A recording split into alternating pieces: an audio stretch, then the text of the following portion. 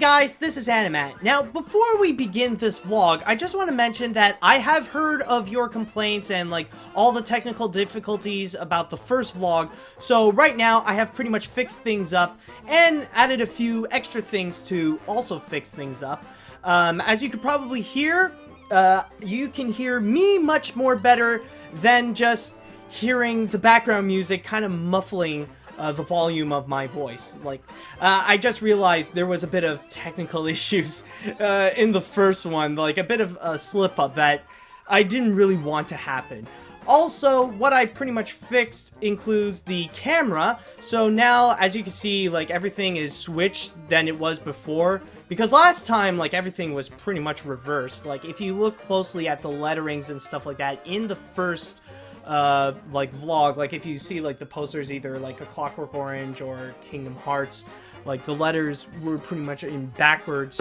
And also, I'll try my best to limit the amount of times I will say like, because somehow, like, when I just speak freely, well, the words like or like will escape. If you guys have seen enough of my videos, you'll notice that immediately. In fact, you might notice it now in this vlog, but we'll see. But anyways, going back to the episode, which in this case is Hostile Makeover, and in this one, Kermit goes out to hook up Miss Piggy with Josh Groban.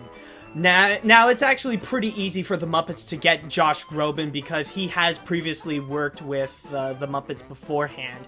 Not only doing that pure imagination video with the Muppets, but also he appeared at the end of Muppets Most Wanted. He was the locked up prisoner, and then suddenly he comes out and, oh look, it's Josh Groban.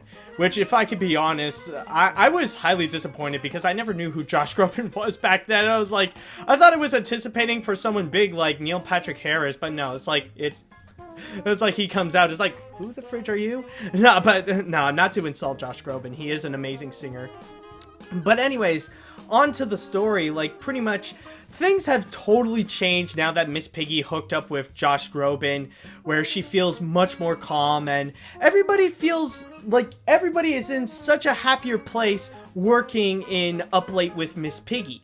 The only downside is that the show was godforsaken awful, to the point, like, Miss Piggy tries to make things more sophisticated, and the Electric Mayhem had to do, like, classical style music, or classical contemporary music. Does that actually go together? Classical contemporary? They're like, it's like an oxymoron. And also, she brought in an author having no clue what she is even talking about. While that is happening, there are also two different side stories that have been going on, including one where Bobo is pretty much trying to sell cookies around the studio while he actually has competition with the Muppet News reporter, and also Fozzie Bear being invited to Jay Leno's house, and he feels really guilty just stealing a little candy bowl, and that's pretty much it. So pretty much my thoughts on the whole episode is that it is a good episode, but I feel it's a tad bit weaker than the first. And the reason why I say that is mostly I feel a bit annoyed by how all the side plots, they do not really connect to the first. Like, even in the first one, like, they try to have, like, the side plot of Fozzie Bear and, like, I keep saying like, it's not working.